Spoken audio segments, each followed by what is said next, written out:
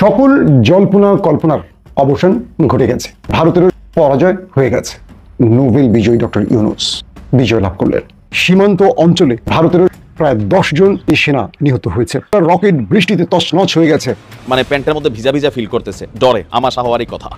Doctor Mohammad Yunus যে কোনো সময় পারমাণবিক মেশিনটা মারতে যাচ্ছে, সবকিছু সেট আপ রেডি। আর এই সেট আপের খবর পেয়ে দূতাবাস বন্ধ করেছে। শুভেন্দু বাবু, আমি কিন্তু আমার ঘাট থেকে নেমে আপনাকে পাড়া দিয়ে মেরে ফেলবো। এখানে আমাকে মারতে হবে না, আমার বাংলাদেশের মানুষকে মারতে হবে না, আপনাকে আপনার কলকাতার মানুষটাই পাড়া দিয়ে মেরে ফেলার জন্য দাঁড়িয়ে গেছে অলরেডি।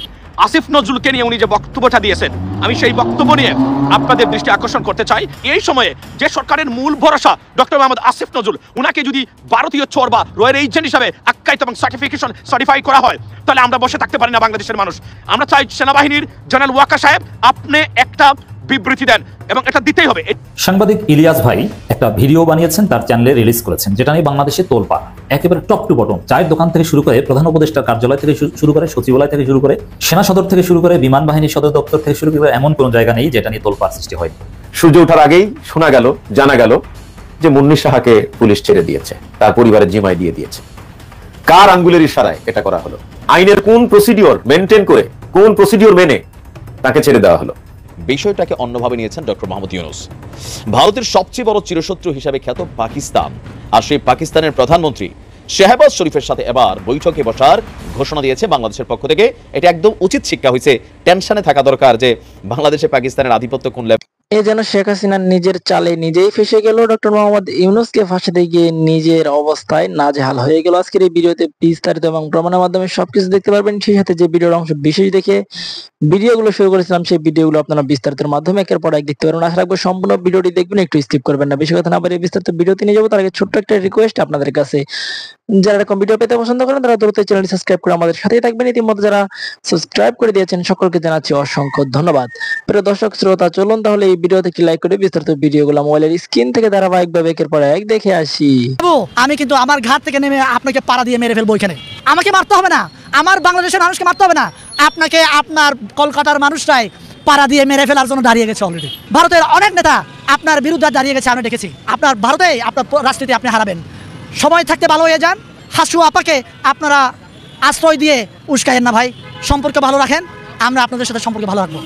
আপনি যদি পারেন আমার বাংলাদেশকে আবার পাকিস্তানে নিয়ে যান, পাকিস্তানের সাথে পশ্চিম পাকিস্তান আর পূর্ব পাকিস্তান এক করেন। আপনাকে ডান দিক থেকেও গুলি করবো, বাম দিক থেকেও গুলি করবো, আমরা করেন, এক করেন আপনারা। এখন ভাই দেখলাম আমার বাংলাদেশের পতাকা ভারতের বাংলাদেশের দূতাবাসের সামনে পুড়ে ফেলা হয়েছে। আপনারা কি বলতে চান আমাদেরকে? আমাদেরকে উগ্রতা ছড়াতে চান? আমরা তোমাদের মতো উগ্র নয় ভাই, আমরা ভালোবাসতে জানি। কিন্তু তাই বলে এ নয় আমরা নরম, আমরা নরমে নয়, আমরা শক্তিশালী। আমরা দেখছি আপনারা কি করেন।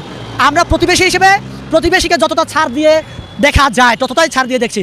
কিন্তু আমরা যখন দেখব আপনি আমার গায়ের উপরে উঠে আমাকে গুলি করার জন্য শুরু করেছেন, আমি কিন্তু আমার ঘাট থেকে নেমে আপনাকে পাড়া দিয়ে মেরে ফেলবো। এখানে শুভেন্দু বাবু, আমাকে মারতে হবে না, আমার বাংলাদেশের মানুষকে মারতে হবে না, আপনাকে আপনার কলকাতার মানুষটাই পাড়া দিয়ে মেরে ফেলার জন্য দাঁড়িয়ে গেছে অলরেডি।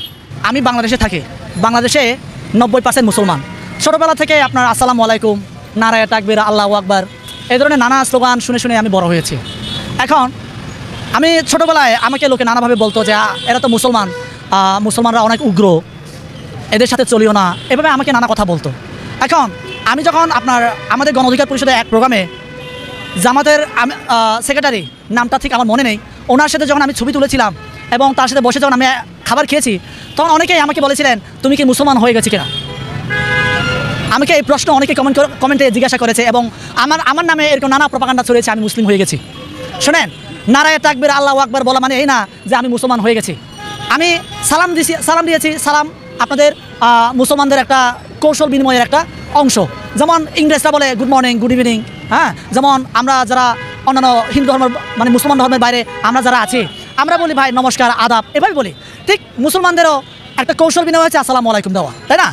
এখন সালাম দিলেই যদি আমি মুসলমান হয়ে যায়, তাহলে বাংলাদেশে অনেক হিন্দু ভাই আছে সালাম দেন, অনেক বৌদ্ধ ভাই আছে সালাম দেন, হ্যাঁ, এরা তাহলে প্রত্যেকেই মুসলমান হয়ে গেছে ভাই। ঠিক আছে, এখন আমি কেন আজকে সাইফুল ভাইয়ের পক্ষে দাঁড়িয়েছি? আমি সত্যের পক্ষে থাকতে পছন্দ করি। আমাদেরকে দেখেন, যারা কিনা 2022 সালে আমি প্রেস ক্লাবে দাঁড়িয়ে একথা আমি বলেছিলাম, সঙ্গে থাকলে সঙ্গী, না থাকলে জঙ্গি। এই কথা আপনারা সবাই শুনেছেন। এই কথা বলেছিলাম কেন? যারা কিনা লম্বা লম্বা দাড়ি মুছটাকে পাঁচ শত নামাজ পড়ে, সাদা পাঞ্জামে মাথায় টুপি পরে, এদেরকে হাসিনা করতো কি সুন্দর অপশন, জঙ্গি।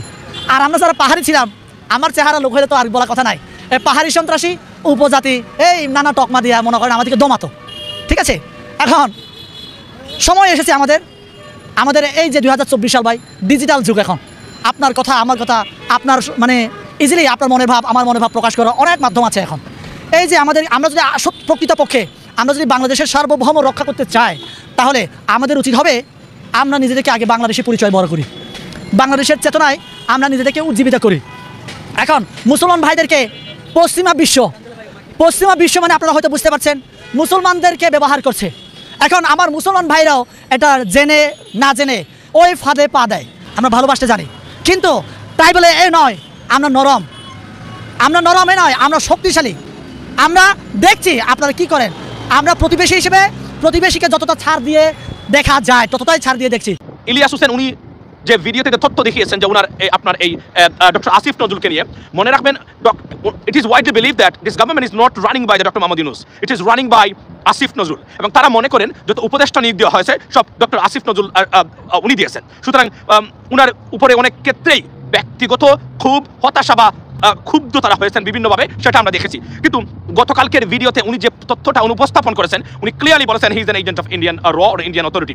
এটা একটা গুরুতর তথ্য অভিযোগ। আমরা চেয়েছিলাম ডক্টর আসিফ নজরুল যেন এই বিষয়টাকে উনি সত্যিকার অর্থে উনাকে কথা বলতে হবে। অন্য ক্ষেত্রে যদি হতো তাহলে আমরা বলতাম যে কথা না বললেও হয়তো হবে, তবে এই ক্ষেত্রে ওনার কথা বলা দরকার এবং উনি কথা বলেছেন। উনি একটা ভিডিও বা স্টেটমেন্ট দিয়েছেন, প্রত্যেকটা নিউজ পেপারে এবং ইলেকট্রনিক্স মিডিয়ায় এই তথ্যটা আসছে যে উনি বলছেন যে এটা মানুষ মিথ্যার কল্পনার রাজ্য, সেটাকে হার মানিয়েছেন মানে ইলিয়াস ভাই। উনি বলছেন যে এতটাই মিথ্যা যা কল্পনাতীত মিথ্যা, অর্থাৎ কল্পনাতেও নাই, সেই মিথ্যাটাই উনি এখানে উপস্থাপন করেছেন। প্রশ্ন হলো আমরা কাকে বিশ্বাস করব? বাংলাদেশের মানুষ in a limbo right now, কাকে বিশ্বাস করবে? এদিকে ইলিয়াস হোসেন একজন পপুলার ইউটিউবার, আপনারা জানেন তো, সুতরাং উনি ভিডিও উপস্থাপন করে প্রায় সময় তথ্য 100% না হলেও কোনো ভিডিওতেই যে একদম তথ্য সত্য নাই তা তো আমরা বলতে পারবো না, কিন্তু উনি যে জায়গাতে বলেছেন আমরা সেটার প্রমাণ চাই। কেননা এই 16 বছরের যে লুটপাট, স্বৈরতন্ত্র এবং ফ্যাসিজম থেকে বাংলাদেশের মানুষ রক্তের বিনিময়ে আমরা এই দেশটাকে আমরা মুক্ত করেছি। আমরা প্রত্যেকের অবদান আছে, আমার আছে, আপনার আছে, প্রবাসীদের আছে, এবং 1500 থেকে 1800 আমাদের তাজা প্রাণের বিনিময়ে এবং প্রায় 24 থেকে 25,000 পঙ্গুত্ব বরণকারী বা আহত হওয়া সেই ছাত্রদের এবং বাংলাদেশিদের এই ত্যাগের বিনিময়ে এই দেশ আমরা পেয়েছি স্বৈরতন্ত্র থেকে। একদিকে ভারতীয় সীমাহীন আগ্রাসন প্রপাগান্ডা চলছে দেশে বিদেশে, বিভিন্ন আন্তর্জাতিক সংগঠনের কে যুক্ত করে তারা বাংলাদেশ বিরোধী প্রচারণায় বর্তমানে তারা নেমেছেন। সুতরাং আমি মনে করি এবং ইলিয়াস হোসেনের এই গুরুতর অভিযোগ মানুষের মনে প্রচন্ড ধরনের আঘাত দিয়েছে। সরকার যে ফেইলিয়ার অবস্থানে আছে, সেই অবস্থান থেকে সরকার একটি মাত্র জায়গাতে টিকে আছে বাংলাদেশের সরকার, সেটা কি? সেটা হচ্ছে 99.9% মানুষের সত্য কথা বলতে গেলে তার যে unwavering supports to the government despite of having all these odds, এই সাপোর্ট থাকার কারণে সরকারকে কিছু করতে পারছে না ভারতীয় বাহিনী। মানে ভারত যে ধরনের প্রপাগান্ডা ইন্টারন্যাশনাল কনস্পিরেসি তারা তৈরি করেছেন, সরকারকে অনেক ক্ষেত্রে সরকার হয়তো ফল করতো, কিন্তু বাংলাদেশের মানুষ আওয়ামী লীগ এবং ভারতীয়করণ এই দুটো বিষয়ে সম্পূর্ণ ঐক্যবদ্ধ থাকার কারণে কোনো ধরনের প্রপাগান্ডায় সরকারকে এখন পর্যন্ত নতজানু করা যাচ্ছে না, despite of having serious failures in terms of fixing the law and orders and many other stuff, but still there. নাও এই সময়ে যে সরকারের মূল ভরসা ডক্টর মোহাম্মদ আসিফ নজরুল, উনাকে যদি ভারতীয় চোর বা রয়্যাল এজেন্ট হিসাবে আখ্যায়িত এবং সার্টিফাই করা হয়, তাহলে আমরা বসে থাকতে পারি না বাংলাদেশের মানুষ। We have a problem right now, we have a suspicion. So আপনাদেরকে শুধু বললেই হবে না আমি যাই নাই, আমরা চাই সেনাবাহিনীর জেনারেল ওয়াকার সাহেব আপনি একটা বিবৃতি দেন এবং এটা দিতেই হবে। এই জন্যই দিতে আমরা বলবেন যে তাহলে গুরুত্ব দেওয়া হয় যায় ইলিয়াস হোসেনকে গুরুত্ব অগুরুত্ব দেওয়ার এখানে কিছুই নাই, এটা তথ্য আসছে এবং he is a journalist end of the day, মনে রাখবেন উনি যেটা বলেছেন। সুতরাং এটা প্রমাণ করলে যদি এটা প্রপাগান্ডা হয়, উনি যদি এটা প্রপাগান্ডিস্ট হয়ে থাকেন ইন দিস রিগার্ড, তাহলে তার প্রপাগান্ডাটাকে আমরা দুমড়ে মুছড়ে ফেলতে পারবো। আর যদি আপনারা বসে থাকেন এভাবে, আমি চাই প্রফেসর ট্রিপল ইর যে প্রফেসর, উনার নামটাকে আমি বলে গেলাম, যার কথা বলছেন, আমি চাই উনি এসে বলুক যে আমার এখানে ছিলেন আর কি কি প্রমাণ আছে, কারণ এটা ক্লিয়ার করার জন্য ফরএভার যেন ভবিষ্যতে পিনাকি ভট্টাচার্য বা ইলিয়াস ভাই এরা কোনো তথ্য নিয়ে আসলে মানুষ যেন বিশ্বাস করে না। আর না হলে আমরা এখনো অবিশ্বাস করতে পারবো না, এই জন্যই পারবো না, আপনাদেরকে প্রমাণ দিয়ে বোঝাতে হবে যে এটা মিথ্যা। তো দেয়ারফর আপনাকে সত্যিকার অর্থে বা তথ্য প্রমাণ দিয়ে আপনি প্রমাণ করুন যে আপনি আপনার পজিশন রাইট, আপনি কোনো ষড়যন্ত্রে লিপ্ত নয়। এটা কেন না, এটা মানুষের কনফিডেন্স আবার রিবিল্ড করার জন্য, to gain the confidence again. মনে রাখবেন মানুষের কনফিডেন্স যখন আপনি লুজ করবেন, সরকার কিন্তু লস করবে এবং সরকার ফল করবে। যে ধরনের প্রেশার, অর্থনৈতিক প্রেশার কিন্তু is coming up at the same time. সূর্য ওঠার আগেই জানা গেল যে মুন্নি সাহাকে পুলিশ ছেড়ে দিয়েছে, তার পরিবারের জিমাই দিয়ে দিয়েছে। কার আঙ্গুলের ইশারায় এটা করা হলো? কোন আইনের মানদণ্ডে তাকে ছেড়ে দেওয়া হলো? আমাকে বলেন, আইনের কোন প্রসিডিওর মেনটেন করে, কোন প্রসিডিওর মেনে তাকে ছেড়ে দেওয়া হলো?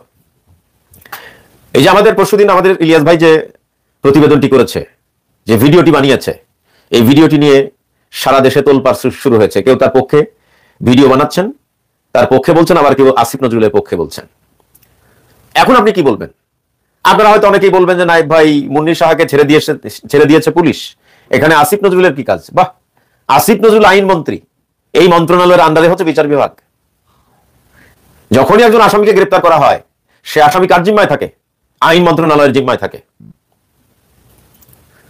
উনি কিভাবে ব্যাখ্যা করবেন যে একজন আসামিকে গ্রেপ্তার করা হলো, সেই আসামিকে আদালতে তোলা হলো না, ছেড়ে দেওয়া হলো? কোন আইন মেনে ছেড়ে দেওয়া হয়েছে? কোন প্রসিডিওর মেনটেন করে তাকে ছেড়ে দেওয়া হয়েছে? আমাকে বলেন। ইলিয়াস ভাই পোস্ট দিয়েছে, ভারতীয় দূতাবাসের চাপে রাতেই মুন্নির সাহাকে ছেড়ে দেওয়া হয়েছে। আমাকে বলেন, এটা শুধু ইলিয়াস ভাই লেখে নাই, আমাদের কনক ভাই লিখেছে। মতি, মাহফুজ আর আইন উপদেষ্টার সাথে বন্ধুত্বের জেরেই তাকে ছেড়ে দেওয়া হয়েছে। আরেকজন লিখেছেন, আমি কোট করতে চাই। রওশনাপা একজন নারী, মুন্নির সাহা একজন নারী। রওশনাপা কি লিখেছে আমি একটু পড়ে শোনাই। রাস্তার জনগণ মুন্নির সাহাকে ধরিয়ে দিল, আর আপনারা ভারতের চাপে তাকে ছেড়ে দিলেন। এরপর রাস্তাঘাটে মুন্নিকে ধরে যদি বদনাম করে দেয়, তখন কি করবেন? বাংলাটা সরাসরি বলে নাই, আপনি ধরে নেন, বুঝে নেন রওশনাপা কি বলতে চেয়েছে, এই সেন্টেন্সটা ঠিক বোঝার চেষ্টা করেন। এরপর রাস্তাঘাটে মুন্নিকে ধরে যদি বদনাম করে দেয়, তখন কি করবেন? বুঝে নেন আপনি, আমি আর ব্যাখ্যা করলাম না। তখন কোন ডার্লিং আসবেন? তখন কোন ডার্লিং আসবেন বাঁচাতে? তখন কোন ডার্লিং আসবেন বাঁচাতে? পোলাপাইন, এরপর মুন্নি, মুন্নাদের বদনাম করেই তবে ছাড়বেন। আপনারা বুঝেছেন রওশনাপা কি বলেছে? রওশনাপা যেটা বলেছে যে জনগণ আইন নিজের হাতে তুলে নেয়নি, জনগণ মুন্নি সাহাকে ধরে সসম্মানে প্রশাসনের হাতে, পুলিশের হাতে সুপর্দ করেছে। কি কারণে? ন্যায় বিচারের জন্য। আমরা বিচার চাই। জনগণ আইন নিজের হাতে তুলে নেয়নি, জনগণ তার বিচার করেনি। বিচার কে করবে? বিচারালয় করবে, বিচারপতি করবে। এই জন্য জনগণ মুন্নি সাহাকে ধরে সসম্মানে পুলিশের হাতে তুলে দিয়েছে। আপনারা কি করলেন? আপনারা আইনকে বৃদ্ধাঙ্গুলি দেখিয়ে, জনগণকে বৃদ্ধাঙ্গুলি দেখিয়ে আপনারা নিজেরাই আইন নিজের হাতে তুলে নিলেন, বিচারালয় নিলেন না, কোর্টেও তুললেন না, আদালতেও তুললেন না, তাকে ছেড়ে দিলেন। এখন যদি জনগণ আইন নিজের হাতে তুলে নেয়, মব জাস্টিস করে, রওশনাপার ভাষায়, যদি তার সাথে, আমি দুঃখিত আমি আর বললাম না, এখন জনগণ যদি মব জাস্টিস করে, জনগণ যদি তার বিচার রাস্তাঘাটে করে ফেলে, তখন তাকে কে বাঁচাতে আসবে? তখন আপনি আইনের কথা বলতে পারবেন?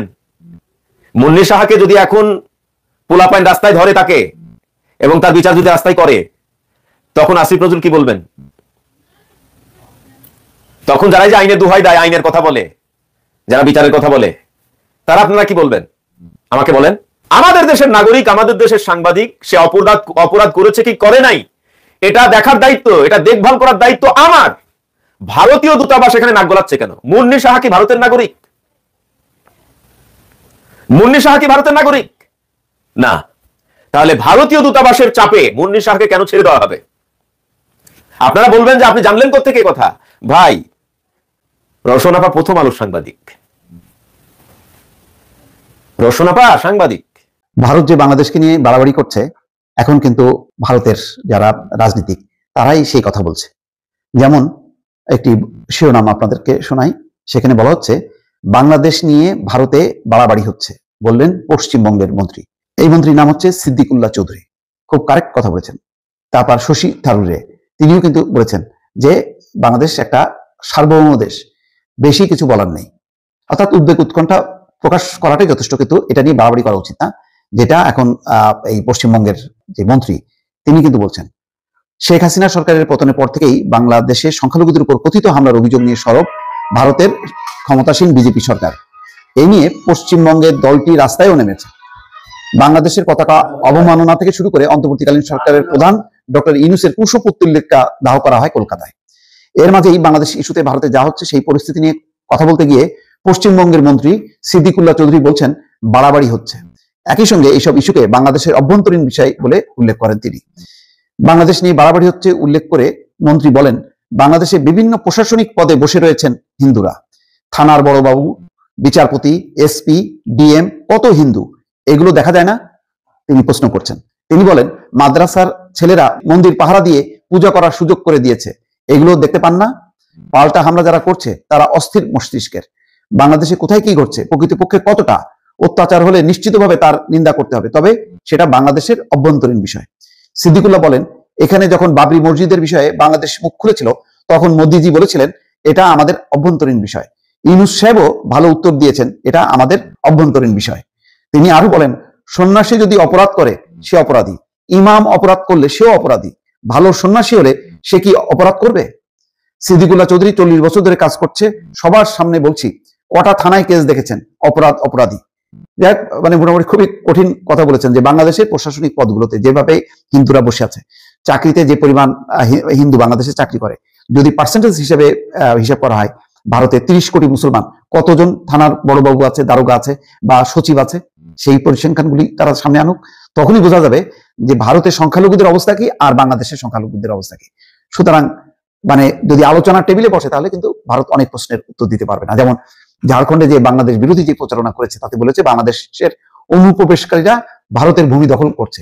কোনো গণমাধ্যম একটা তথ্য বের করতে পারেনি যে অমুক অমুক জায়গার ভূমিগুলো আগে ছিল ভারতের নাগরিকদের, এখন বাংলাদেশের অনুপ্রবেশকারীদের হাতে আছে, কিন্তু তারপরেও অব্যাহতভাবে কিন্তু বলে গেছে। তখন কিন্তু বাধ্য হয়ে ঝাড়খণ্ডের মুখ্যমন্ত্রী বলেছিলেন, অনুপ্রবেশকারীদের বিরুদ্ধে যদি এতই সরব হন তাহলে শেখ হাসিনা কিভাবে দিল্লিতে যে বসে আছে, সে কি এটা কি অনুপ্রবেশ না?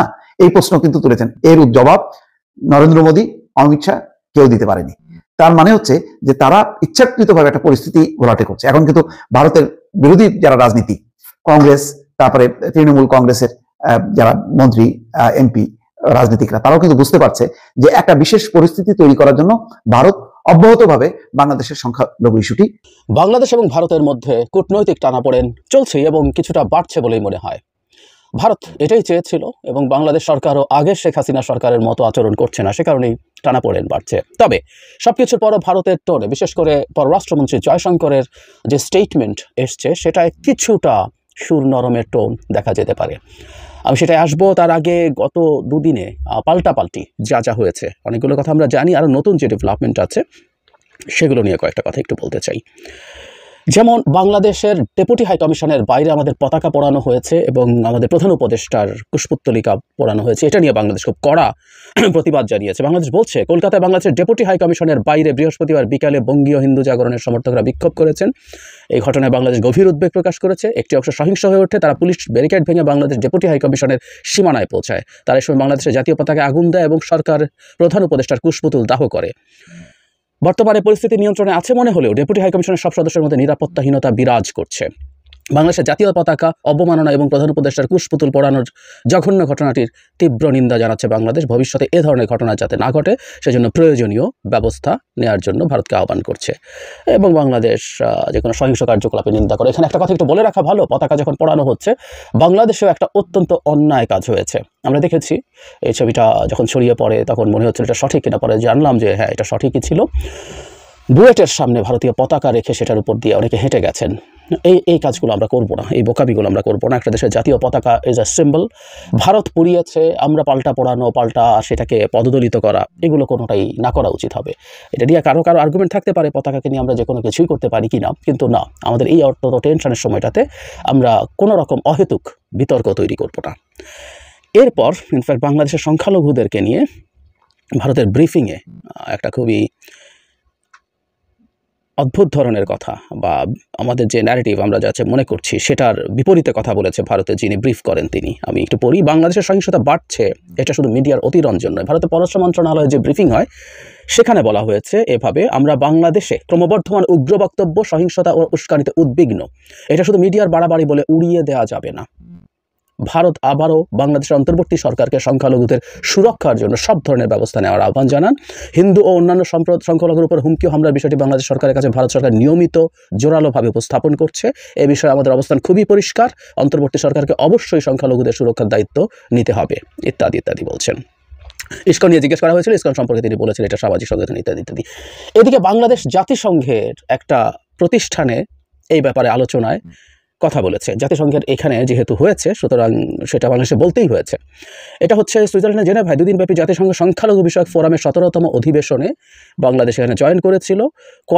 ওই বক্তব্যে কয়েকজন বাংলাদেশের সংখ্যালঘুদের উপরে নির্যাতন হচ্ছে বলে অভিযোগ করা হয়, এমনকি চিন্ময় কৃষ্ণের গ্রেফতার নিয়ে অভিযোগ করা হয়। বাংলাদেশের পক্ষ থেকে আরিফুল ইসলাম বলেন, দুর্ভাগ্যবশত বাংলাদেশের মানুষ যখন ধর্মীয় সম্প্রীতির গৌরবজনক উদাহরণ তৈরি করছে তখন আমরা দেখতে পেলাম সংখ্যালঘু নির্যাতনে কিছু কুচক্রী মহল ভুয়া, মিথ্যা ও অতিরঞ্জিত প্রতিবেদন প্রকাশ করছে। এগুলো প্রত্যেকটা ভারতকে টার্গেট করে বলা হচ্ছে, আমরা বুঝতে পারি এবং ভারতও নিশ্চয়ই বুঝেছে, এটা তাদের কাছে ভালো লাগবে না। আন্তর্জাতিক সংবাদ মাধ্যমে এই ধরনের অনেক অপপ্রচার উন্মোচিত হয়েছে। বাস্তবে কি ঘটেছে তা পর্যবেক্ষণে বিদেশি সাংবাদিকদের বাংলাদেশ সফরে স্বাগত জানাতে প্রস্তুত সরকার। তিনি বলেন, এই ফোরামের কিছু বক্তা চিন্ময় দাসের গ্রেপ্তারের বিষয়টি ভুলভাবে তুলে ধরেছেন। সুনির্দিষ্ট অভিযোগে তাকে গ্রেফতার করা হয়েছে, আইন অনুযায়ী ব্যবস্থা নেওয়া হয়েছে। এখানে যে জনাব সাইফুলকে হত্যা করা হয়েছে একজন আইনজীবী, সেটাও তিনি উল্লেখ করেন। যে কথা বলছিলাম এবার সর্বশেষ আমরা গতকাল দেখেছি জয়শঙ্কর একটা স্টেটমেন্ট দিয়েছে। উনি বলছেন, সংখ্যালঘু সহ বাংলাদেশের সব নাগরিকের নিরাপত্তার দায়িত্ব দেশটির সরকারের। একটু খেয়াল করি, শুধু সংখ্যালঘু নিয়ে সংখ্যালঘু একটা বক্তব্য ছিল, সেখান থেকে জয়শঙ্করের এবারকার বক্তব্যে সংখ্যালঘু সহ সব নাগরিকের আলাদা করে উল্লেখ করে সব নাগরিকের কথা উল্লেখ করছেন। সংসদে লিখিত প্রশ্ন ছিল, তিনি জবাব দিয়েছেন। তিনি বলেন, বাংলাদেশ জুড়ে চলতি বছরের আগস্ট সহ বিভিন্ন সময় হিন্দু অন্যান্য সংখ্যালঘুর উপর সহিংস খবর দেখেছে ভারত সরকার। তাদের বাড়ি ও ব্যবসা প্রতিষ্ঠানে সহিংসতা চালানো হয়েছে বলে জানা গেছে। সংখ্যালঘুদের মন্দির ও ধর্মীয় স্থানগুলোতে হামলার খবর পাওয়া গেছে। ঘটনাগুলো গুরুত্বের সাথে নিয়েছে। এ নিয়ে বাংলাদেশ সরকারের কাছে উদ্বেগ জানানো হয়েছে এবং শারদীয় দুর্গোৎসবের সময় যা যা ঘটেছিল, ওই যে একটা প্রতিমার মুকুট চুরি হয়েছে ইত্যাদি ইত্যাদি, এগুলো তাঁতিবাজারে পূজা মণ্ডপে হামলা হয়েছিল, যে তথাকথিত পেট্রোল বোমার কথা আমি বলি, যেখানে বোতলটাও ভাঙেনি, এসব বলছে। শেষে বলছেন, বাংলাদেশের সংখ্যালঘু সংশ্লিষ্ট পরিস্থিতির উপরে গভীরভাবে নজর রাখছে ঢাকায় অবস্থিত ভারতীয় হাইকমিশন। সংখ্যালঘু সহ বাংলাদেশের সব নাগরিকের জীবন রক্ষা ও স্বাধীনতা নিশ্চিত করার প্রাথমিক দায়িত্ব দেশটির সরকারের। প্রাথমিক না, সেকেন্ডারি দায়িত্ব না, সব দায়িত্ব আমাদের সরকার এবং জনগণের। সেকেন্ডারি দায়িত্ব ভারতের না অন্তত। আমাদের আইন উপদেষ্টা রাইটলি বলেছেন, আমরা অনেকদিন থেকে বলছিলাম যে দেশের নিজের সংখ্যালঘুদের উপরে তীব্র অত্যাচার নিপীড়ন করে, তাদের অন্য দেশের সংখ্যালঘুদের অধিকার নিয়ে বলার নৈতিক অধিকার আদৌ আছে কিনা এই প্রশ্ন থাকবে। যাই হোক, যে জায়গাটায় আসছিলাম সেটা হলো কূটনৈতিক টানাপোড়েন চলছে এবং সেটা আমার মনে হয় না খুব সহজে এটা রিজলভ হবে, কারণ ভারত চাইছে, আমরা আসলে মূলত যা করছি আমরা আসলে প্রতিক্রিয়া দেখাচ্ছি।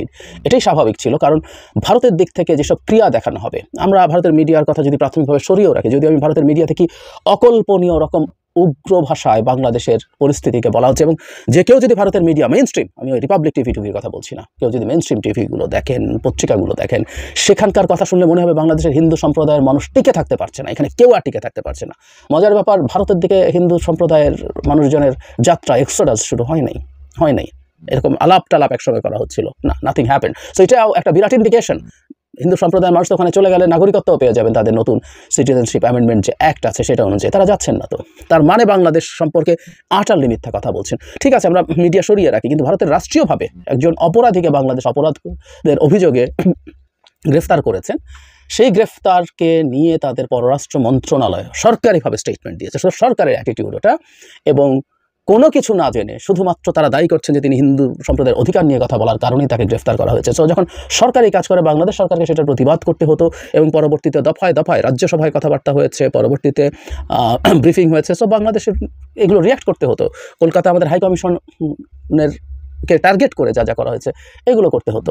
এখন পরিস্থিতি যেটা হয়েছে খুবই উত্তেজনাকর, এবং আমি ডিএসকালেশন যেটা বলে কতটা সহজ হবে আমি জানি না, কারণ ভারতের মিডিয়া ভারতের জনগণকে খেপিয়ে তুলছে এবং ভারতের জনগণের একটা চাপ তৈরি হচ্ছে সরকারের উপরে বাংলাদেশের ব্যাপারে আরও টাফ পদক্ষেপ নেওয়া। একইভাবে এই ধরনের ক্রিয়ার প্রতিক্রিয়া বাংলাদেশে হবেই, এটাই খুব স্বাভাবিক, কারণ বাংলাদেশে ভারত যখন খুব উচ্চকিত ভাষায় কথা বলে কাউকে নিয়ে, সেটা শেখ হাসিনা হোক, সেটা হিন্দু সম্প্রদায়ের মানুষ হোক, খুব সোজাসাপটা কথা, সেটা তাকে বাজেভাবে ব্র্যান্ডিং করে। আমি জানি না আমাদের হিন্দু সম্প্রদায়ের মানুষ এটা জানেন কিনা, বোঝেন কিনা, ফিল করেন কিনা। ভারত যে বাংলাদেশকে ধ্বংস করেছে শেখ হাসিনা, সেটার শতভাগ এন্ডোর্সমেন্ট ভারতের ছিল, এবং ভারতের সাহায্যেই কাজটা হয়েছে এই দেশের জনগণ খুব ভালোভাবে জানে। সেই ধ্বংসস্তূপের উপরে বসে যখন আমরা দেশটা গড়ে তোলার চেষ্টা করছি, দেশটাকে গণতান্ত্রিকভাবে পথে ফিরিয়ে নেওয়ার চেষ্টা করছি, দেশের অর্থনীতি ঠিক করার চেষ্টা করছি, তখন সেই ভারত আবার বাংলাদেশে ঝামেলা করার চেষ্টা করছে। এটা এই দেশের জনগণকে ক্ষুব্ধ করবেই। সুতরাং আমাদের জনগণের ক্ষুব্ধতাকে আমরা ইগনোর করতে পারি না, এবং সেটা লজিক্যাল কারণ আছে। ডিএসকালেশনের চেষ্টা যদি সেটা করতে চায় ভারতকেই করতে হবে, যদিও ভারত সেটা করবে বলে মনে হয় না, কারণ তাতে এই উত্তেজনাকর পরিস্থিতি থাকাটাই তার বেনিফিট বিভিন্ন রকম বেনিফিট নিশ্চিত করে। আর আমি এই ক্ষেত্রে গুরুত্বপূর্ণ রোল প্লে করতে পারে আমাদের হিন্দু সম্প্রদায়ের মানুষ, এটা বারবার বলছি, তারা তাদের জায়গা থেকে অন্তত ভারতকে বাংলাদেশ থেকে চলে যাওয়া, বাংলাদেশের ব্যাপারে নাক গলানোর পজিশন থেকে সরে যাওয়ার জন্য তাদের আহ্বান জানালে ভালো হবে। এবং আমি সামনের দিকে খেয়াল করব যে বাংলাদেশ এবং ভারতের পররাষ্ট্র সচিবের বৈঠক হওয়ার কথা আছে। এটা একটা উচ্চ পর্যায়ের বৈঠক, কিন্তু গতকাল যখন ব্রিফিংয়ে এই কথা জিজ্ঞেস করা হয়েছে, এটা হচ্ছে এমনও নিশ্চয়তা দেওয়া হয়নি। যিনি ব্রিফ করছিলেন, যিনি জবাব দিচ্ছিলেন পররাষ্ট্র মন্ত্রণালয়ে, তিনি জানিয়েছেন এটা হলে আপনারা দেখতে পারবেন। আমি ধারণা করি এটাও ভারত ঝুলিয়ে রাখছে, কারণ পরিস্থিতি যদি যথেষ্ট উত্তেজনাকর থেকে যায়, ভারত আরও বেশি চাপ দেওয়ার জন্য এই কাজটা করবে। তারা সব কিছু করছে, তারা সব সীমা লঙ্ঘন করছে। আমরা বাড়াবাড়ি আমাদের দিক থেকে হচ্ছে, আমরা সেটা মনে করি। প্রিয় দেশবাসী, শুরু থেকে শেষ পর্যন্ত যারা এই ভিডিওটি দেখেছেন সকলকে জানাই অসংখ্য ধন্যবাদ। যারা এরকম নিউজ ভিডিওতে পেতে পছন্দ করেন তারা অবশ্যই এই চ্যানেলটি সাবস্ক্রাইব করে পাশে থাকা বেল আইকনটি বাজিয়ে দিবেন। যারা এখনও এই ভিডিওটি শেয়ার করেননি, এই ভিডিওটি দ্রুত শেয়ার করে সকলকে দেখার সুযোগ করে দিন। আজকের মতন এই পর্যন্ত, দেখা হচ্ছে পরবর্তী কোনো ভিডিও নিয়ে ইনশাল্লাহ।